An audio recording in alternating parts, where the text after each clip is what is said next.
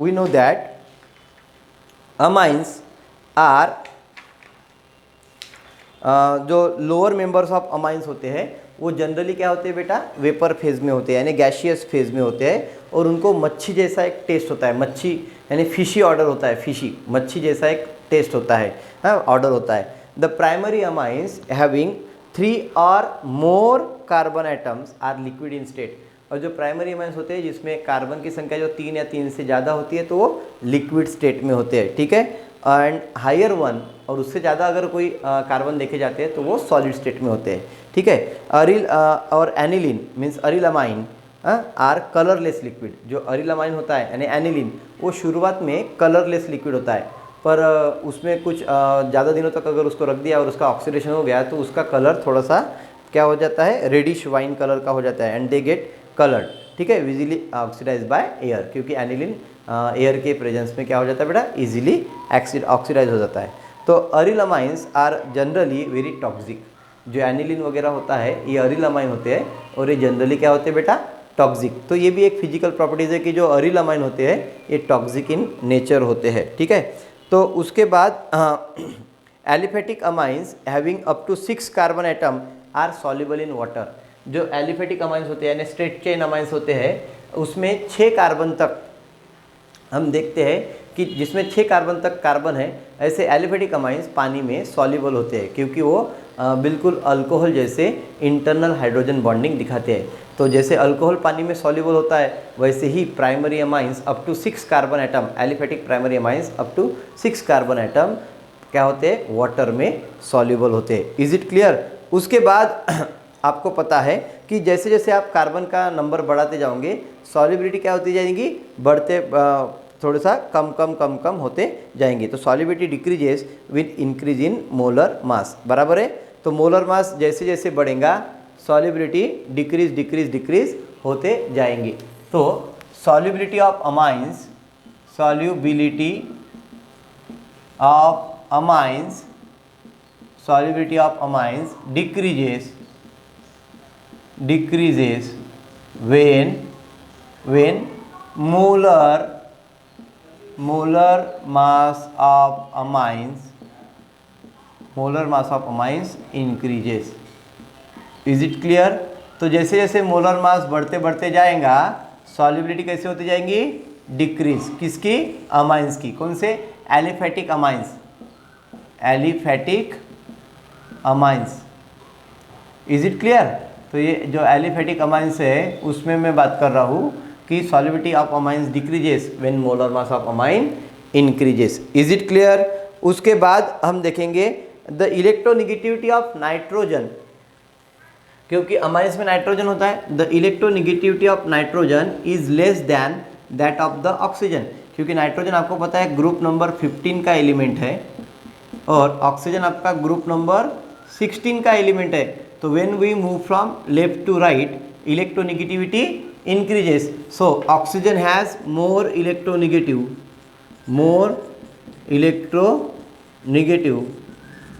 than nitrogen, less electronegative, बराबर है, less electronegative। अगर मान लीजिए नाइट्रोजन की इलेक्ट्रोनेगेटिविटी अगर 3 है तो ऑक्सीजन की कितनी रहेंगी, 3.5 लगभग।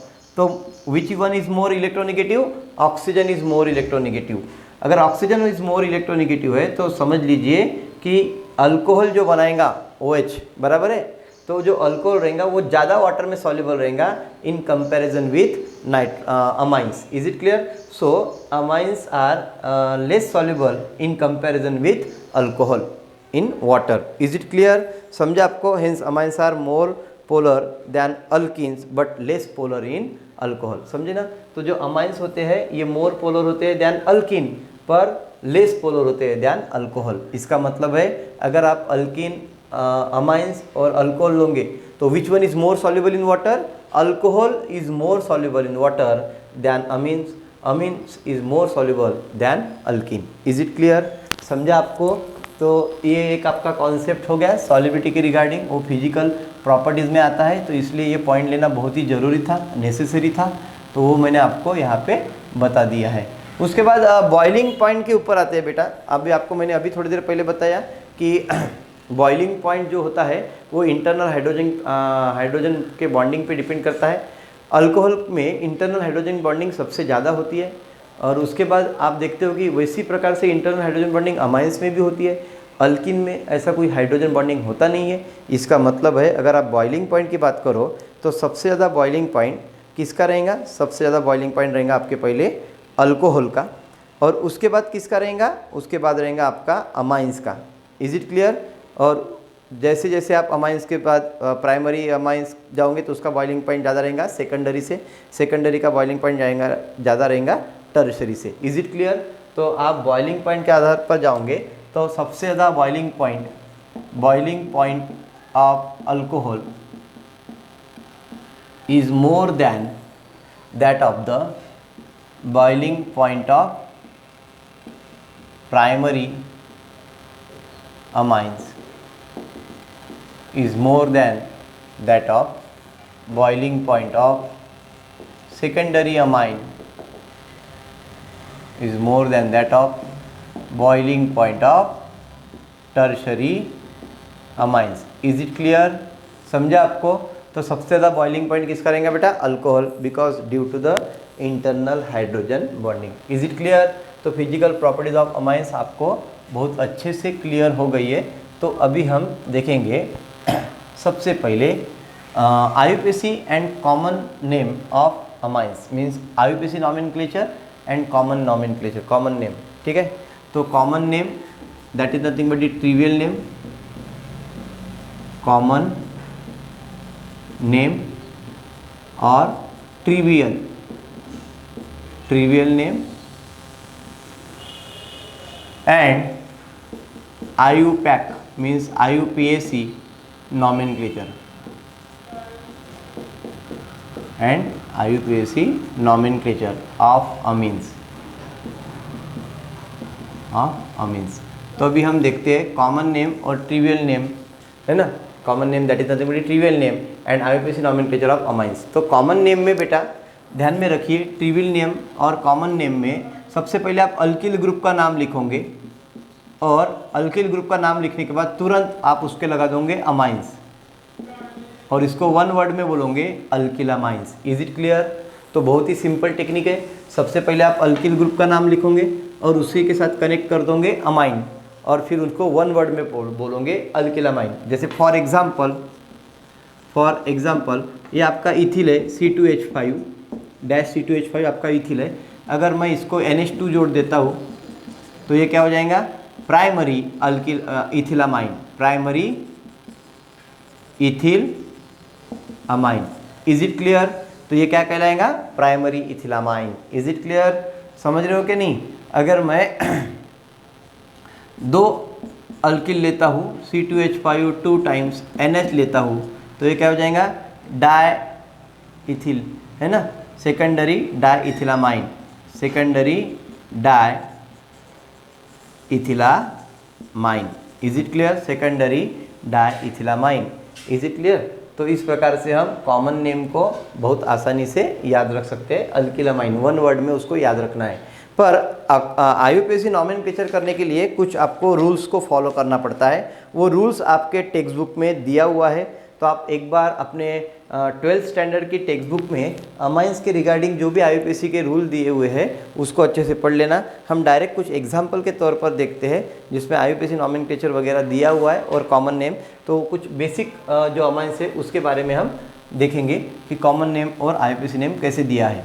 ठीक है, तो बहुत सारे रूल्स दिया था IUPAC नॉमेनक्लेचर के लिए। आपको लॉन्गेस्ट कार्बन चेन वगैरह सिलेक्ट करना पड़ता है, फिर वो आपको एक अल्फ़ाबेटिक रूल को भी फॉलो करना पड़ता है। तो वो आप वो सभी रूल को पढ़ लीजिए एक बार। उसके बाद आप हम देखते हैं examples of common name and IUPAC name of some amines. जैसे सबसे पहले हम लेते हैं प्राइमरी अमाइन के बारे में। प्राइमरी अमाइन के बारे में एग्जाम्पल लेते हैं। तो प्राइमरी अमाइंस कौन से जैसे मान लीजिए CH3 CH2 NH2। तो चलो इसका कॉमन नेम अभी मैंने थोड़ी देर पहले बताया था। इसका कॉमन नेम क्या लिखा था आपने? इथिलामाइन। क्या लिखा था? Ethyl amine. इथिलामाइन। पढ़ते वक्त आप उसको वन वर्ड में पढ़ोगे इथिलामाइन, लिखते वक्त उसको कैसे पढ़ोगे इथिलामाइन, ठीक है। और इसका आईयूपीएसी नेम क्या हो जाएगा, इसका आईयूपीएसी नेम लिखते के वक्त आप क्या करोगे, इथेन में का ई निकालोगे और अमाइन जोड़ोगे तो इथेनामाइन। देखिए ज़्यादा कन्फ्यूजन नहीं है, ई निकाला अमाइन जोड़ा इथेनामाइन। Is it clear? तो इथेनामाइन और ethylamine is one of the same thing. Is it clear? तो ये इथेनामाइन और ये इथिलामाइन। Is it clear? समझ रहे हैं आपको? ये कॉमन नेम है, ये आपका आईयूपीएसी नेम, ये कॉमन और ये आईयूपीएसी नेम। आपने क्या किया, यहाँ पे जो अल्केन है आपका पेरेंट अल्केन, उसमें का ई रिप्लेस किया अमाइन से। Is it clear? तो when E of the parent alkane replaced with amine, then you have to get IUPAC nomenclature of that aliphatic amines. Is it clear? Next हम example देखेंगे इसका CH3 CH2 CH2 NH2, CH3 CH2 CH2 NH2। चलो बताइए इसका नाम क्या होगा।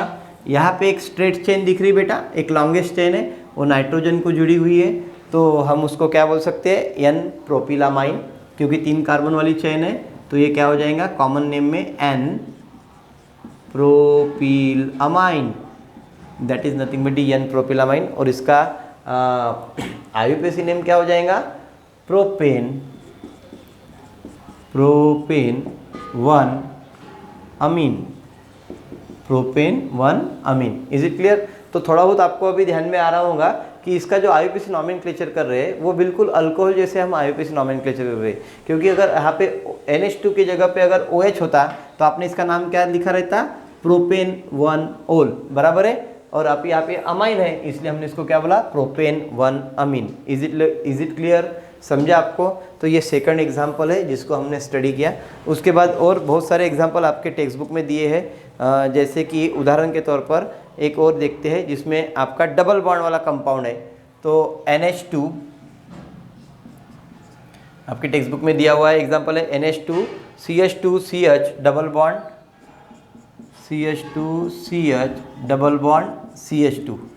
तो बेटा आपको इसका कॉमन नेम और आईयूपीएसी नेम लिखना है। तो सबसे पहले आपको मैं बता दूं बेटा, ये CH2 CH CH2 जो होता है ना, ये अलील होता है। क्या होता है? अलील। ध्यान में रखना आपको, 3 प्रकार के होते हैं अल्किल, अलील, विनील, बराबर है। तो इस प्रकार से आप देखते हो कि ये अलीलिक ग्रुप है, तो अलीलिक ग्रुप को डायरेक्टली क्या है, अमाइन ग्रुप अटैच्ड है, तो हम इसको नाम क्या देंगे बेटा, अलीलामाइन। क्या नाम देंगे?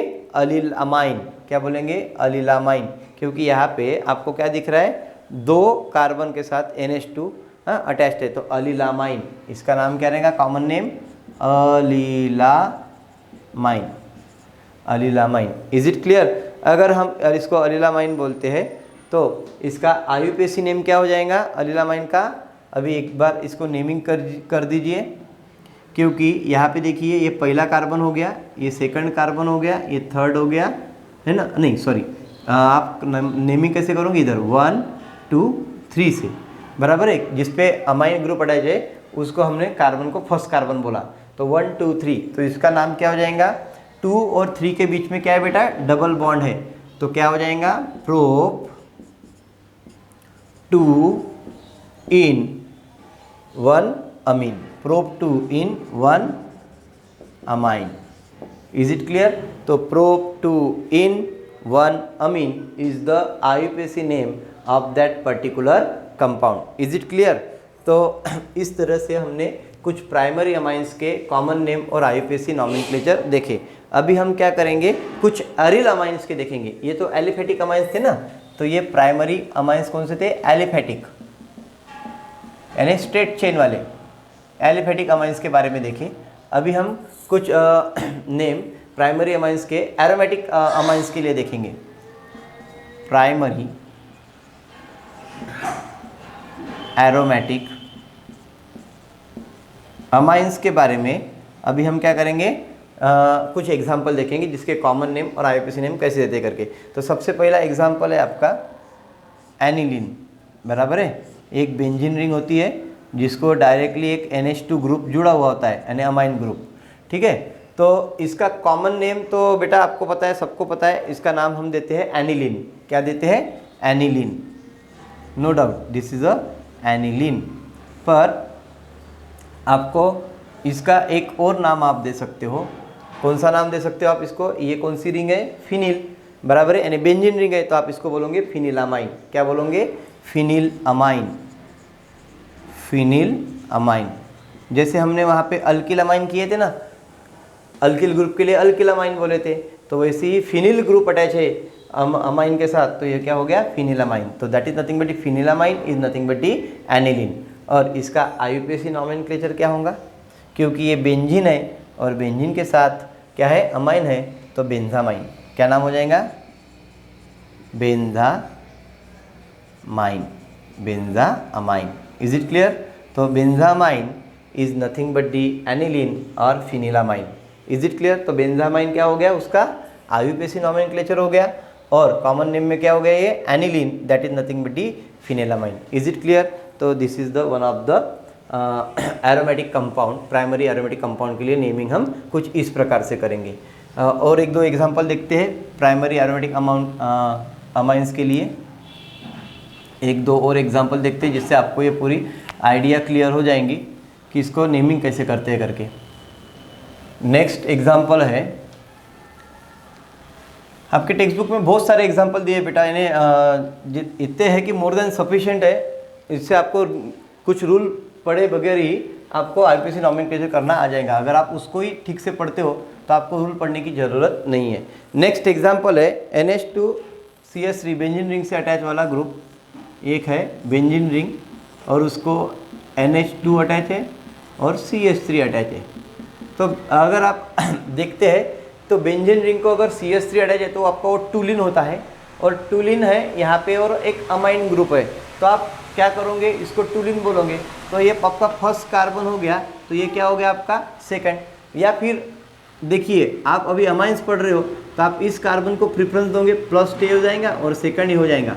अब देखिए इसका कॉमन नेम क्या हो जाएगा, ऑर्थोटूलिडीन, बराबर है, ऑर्थोटूलिडीन और ऑर्थोटूलिन एनिलीन, बराबर है, तो इसका नाम हो जाएगा orthotoluidine, orthotoluidine. Is it clear. तो orthotoluidine is nothing but the, orthotoluidine, orthotoluidine is the name of that particular compound. This is the common name, orthotulidine, orthotulidine. Is it clear? तो orthotulidine is a common name.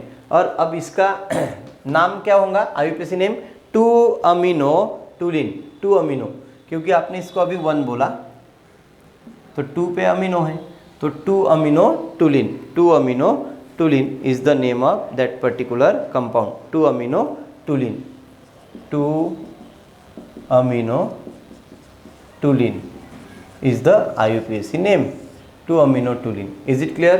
तो आपने इसको देखिए ortho position पे था attached, हाँ, इसलिए ऑर्थोटूलिडीन बोला आपने, टूलिडीन। और IUPAC नेम कैसे दिया हमने, इसको 1 और इसको 2, तो इसको बोला हमने 2-aminotulin। तो एग्जैक्टली आप देखिए जो नंबरिंग कर रहे हो, ये नंबरिंग के आधार पर आप क्या कर रहे हो, जो प्रेफरेंस दे रहे हो मिथिल ग्रुप को यहाँ पे, क्योंकि बेंजीन रिंग के साथ अटैच है, आपने इसको टूलिन माना, इसलिए टूलिन का डेरिवेटिव है, तो इसको हम क्या बोलते हैं, 2-aminotulin। तो आपने फिर इसको नंबरिंग 1 करके इसको 2 कंसिडर किया है, तो that is why this is nothing but the 2-aminotulin। The next example of primary aromatic amines is which is given in your text book is nothing but the benzene ring के साथ एक है CH2-NH2। अब इसका naming कैसे रहेगा, इसका common name क्या आएगा, सबसे पहले देखते हैं। इसका कॉमन नेम आएगा बेंजिल अमाइन, क्योंकि ये बेंजिल ग्रुप है, आपको पता है, this is called as benzyl group. उसको लिखते कैसे, BENZYL, बेंजिल। और अभी आप क्या कर रहे हो, बेंजिल के साथ अमाइन लिखा, तो इसका कॉमन नेम क्या हो जाएगा, benzylamine, benzylamine is nothing but the that compound benzylamine. अभी ये पूरा कंपाउंड बेंजिलामाइन हो गया। अब इसका आईयूपीएसी नेम क्या आ जाएगा बेटा, देखिए अगर बेंजीन रिंग के साथ CH3 होता तो आपका वो टूलिन होता था, पर आपने मिथिल का एक हाइड्रोजन निकाल के वहाँ पे NH2 ऐड किया है, तो this is the derivative of toluene, तो इसका कॉमन नेम हो जाएगा आपका फिनिल मिथिलामाइन। क्या हो जाएगा? Phenyl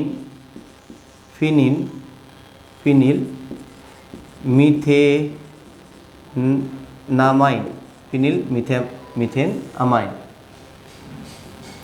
phenyl methane amine. Is it clear? So phenyl methenamine is nothing but the IUPAC name of that particular compound. अब हमने इसको फिनिल मिथेनामाइन क्यों बोला? तो फिनिल मिथेनामाइन हमने इसलिए बोला क्योंकि हमने इसको फिनिल रिंग कंसीडर किया एज अ बेंजीन को, और ये आपका ये मिथिल हो जाता था। अगर बेंजीन रिंग अटैच नहीं होती तो ये मिथिल हो जाता था, और मिथिल के साथ अमीन, तो मिथिलामाइन ऑलरेडी था, और ये बेंजीन को आपने सब्स्टिट्यूट के तौर पर माना। That is nothing but phenyl methylamine. Is it clear? तो this is the IUPAC name of that particular compound. तो इस तरीके से हमने कुछ प्राइमरी अमाइंस के IUPAC नेम देखे। उसके बाद हम सेकेंडरी अमाइन का IUPAC नॉमेनक्लेचर देखने वाले।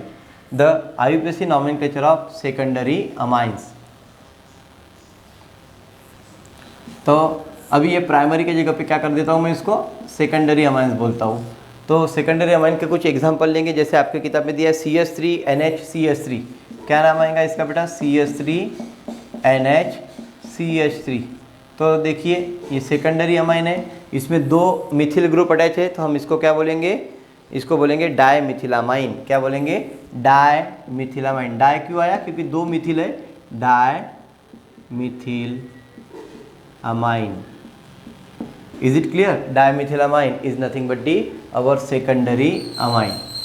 उसके बाद कॉमन नेम क्या आ जाएगा बेटा इसका? इसका कॉमन नेम आ जाएगा डायमिथिलामाइन का N मिथिल मिथेनामाइन। क्या आ जाएगा? N डैश मिथिल, एक को आपने सब्स्टिट्यूट माना, N Mithil methenamine, methane amine. N Mithil methenamine is the IUPAC name of that particular secondary amine. Is it clear? Next एक एग्जाम्पल आपके इसमें दिया है C6H5NH, C6H5, C6H5NH, C6H5। अब इसका कॉमन नेम क्या आ जाएगा? डायफिनिलामाइन, डायफिनिलामाइन, ये उसका कॉमन नेम आ जाएगा। और इसका IUPAC नेम क्या आ जाएगा? NN डायफिनिलामाइन, बराबर है। तो NN क्या आ जाएगा? N phenyl benzenamine. अच्छा बेंजामाइन मान के चल रहे हो आप इसको, तो N phenyl, N dash phenyl benzenamine, benzenamine, बराबर है। बेंजीन रिंग के साथ अगर आप NH करते हो तो इसको बेंजामाइन बोलते हैं, और फिनिल अटैच है सब्स्टिट्यूट के तौर पर, तो N phenyl benzenamine is nothing but the benzene amine, benzene amine is nothing but the diphenylamine, that is nothing but the C6H5NH, C6H5। Is it clear? तो आपको कॉमन नेम और trivial name के बारे में अभी ज़्यादा दिक्कत नहीं जा रही होंगी। तो ये कुछ सेकेंडरी अमाइन के एग्जांपल है। अभी हम कुछ टर्शरी अमाइंस के ले लेते हैं। तो यहाँ पे हमारा IUPAC नॉमेनक्लेचर और कॉमन नेम जो है अमाइंस के, वो टॉपिक पूरा हो जाएगा। तो हम कुछ थोड़ा सा टर्शरी अमाइन के बारे में देखेंगे। टर्शरी अमाइन का नेमिंग कैसे करते हैं? तो टर्शरी अमाइन के लिए हम एग्जाम्पल लेते हैं। आपकी किताब में दिया हुआ CH3N CH3 dash N dash CH3। जब भी हमने इसका नाम लिखे थे, क्या लिखे थे? Tertiary methylamine, tertiary methyl amine, tertiary methyl amine is nothing but the common name of that particular compound. अब इसका IUPAC नॉमेनक्लेचर क्या हो जाएगा? तो देखिए आप क्या करो, इसको अपना चेन पकड़िए, यानी स्ट्रेट चेन पकड़िए, तो ये दोनों सब्स्टिट्यूट पे है, तो हम इसको क्या बोलेंगे IUPAC नेम में? NN dimethyl, NN dash di, अब इसको स्मॉल लेना पड़ता है, NN di methyl, methyl amine, NN dimethyl methyl amine, methylamine. Is it clear? तो NN डाय मिथेनामाइन, मिथेन आएगा, मिथिल नहीं आ जाएगा, मिथेन ना मीन, ठीक है। तो NN dimethyl methenamine is the IUPAC nomenclature of that particular compound. तो जैसे मैंने NN डायमिथिल मिथेनामाइन लिखा, उसी प्रकार से आप अगर यहाँ पे C2H5 कनेक्ट कर दिए रहते तो आपका दूसरा कंपाउंड ऐसे हुआ रहता C2H5-N C2H5। अभी देखिए इसमें हमने एक पर्टिकुलर एग्जांपल लिया है जिसमें मिथिल की जगह पे क्या है, इथिल। तो अभी इसका नाम क्या हो जाएगा, tertiary ethyl amine. Tertiary ethyl amine is the common name of that particular compound. और इसका IUPAC नेम क्या हो जाएगा, NN डैश। अभी आप देखिए इसको आपने लॉन्गेस्ट चेन माना, ये 2 सब्स्टिट्यूट पे लिया, तो NN डैश डाई इथिलामाइन क्या हो जाएगा, NN डैश डाई इथेनामाइंस। ठीक है, तो NN डाईथिल इथेनामाइंस। ठीक है, इथिलामाइन, that is nothing but the IUPAC nomenclature of that particular compound. So in this way we have to give some common name as well as IUPAC name of amines, primary, secondary and tertiary. तो यहाँ पे आपको कोई confusion नहीं होना चाहिए, आपको किसी भी अमाइन का नॉमेनक्लेचर पट से करते आना चाहिए। Is it clear? ओके। तो अभी देखिए आज हमने क्या पढ़ा, सबसे पहले हमने पढ़ा what is mean by amines, बराबर है। अमीन्स क्या होते हैं, हम अमीन्स को पढ़ते क्यों है, उसके कुछ एग्जाम्पल देके हम डे टू डे लाइफ में जो यूज़ होते हैं उसमें अमीन्स किस प्रकार से पाया जाता है वो हमने देखा। उसके बाद हमने यूजेस ऑफ अमीन्स देखे, डाइस बनाने के काम में आता है, ड्रग्स बनाने के काम में आते हैं, कुछ सम इम्पॉर्टेंट ऑर्गेनिक प्रिपरेशन के लिए एज ए इंटरमीडिएट के तौर पर अमीन्स काम में आते हैं। और फिर उसके बाद हमने क्लासिफिकेशन ऑफ अमीन्स देखा, बराबर है। क्लासिफिकेशन ऑफ अमीन्स में हमने प्राइमरी अमीन किसे कहेंगे, सेकेंडरी अमीन किसे कहेंगे, टर्शरी अमीन किसको कहा जाता है, उसको बहुत सिस्टमेटिकली देखा।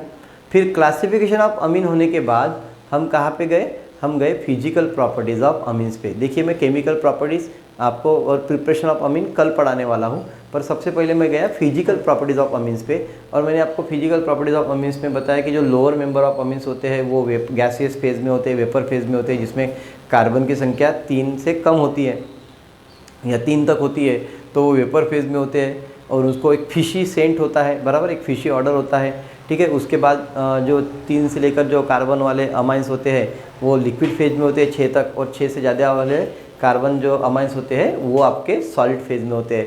ये मैंने आपको बताया। फिर बॉइलिंग पॉइंट के बारे में मैं आया तो आपको बताया कि अल्कोहल का बॉइलिंग पॉइंट अमाइन से ज़्यादा होता है और अमाइन का बॉइलिंग पॉइंट अल्केन से ज़्यादा होता है। उसके बाद सॉलिबिलिटी में आपको मैं बताया कि जैसे जैसे नंबर ऑफ़ कार्बन बढ़ते जाएंगे अमाइंस में, वैसे वैसे सॉलिबिलिटी क्या होती जाएंगी, मॉलिक्यूलर मास की सॉलिबिलिटी डिक्रीज, यानी मॉलिक्यूलर मास बढ़ते जाएगा तो सॉलिबिलिटी डिक्रीज होते जाएंगी। उसके बाद मैं आपको IUPAC नॉमेनक्लेचर और कॉमन नॉमेनक्लेचर ऑफ अमाइंस पढ़ाया, जिसमें मैंने आपको प्राइमरी अमाइंस के, सेकेंडरी अमाइंस के और टर्शरी अमाइंस के नॉमेनक्लेचर किस प्रकार से करते हैं, उसको किस तरीके से रिप्रेजेंट करते हैं, ये मैंने आपको बताया। तो आज का टॉपिक था हमारा what are amines and uses of amines, physical properties of amines and IUPAC and common name nomenclature of amines. कल हम पढ़ेंगे, यानी इसके अगले पार्ट में हम पढ़ने जा रहे हैं chemical properties of amines and preparations of amines. Is it clear? तो ये हम कल के पार्ट में देखेंगे।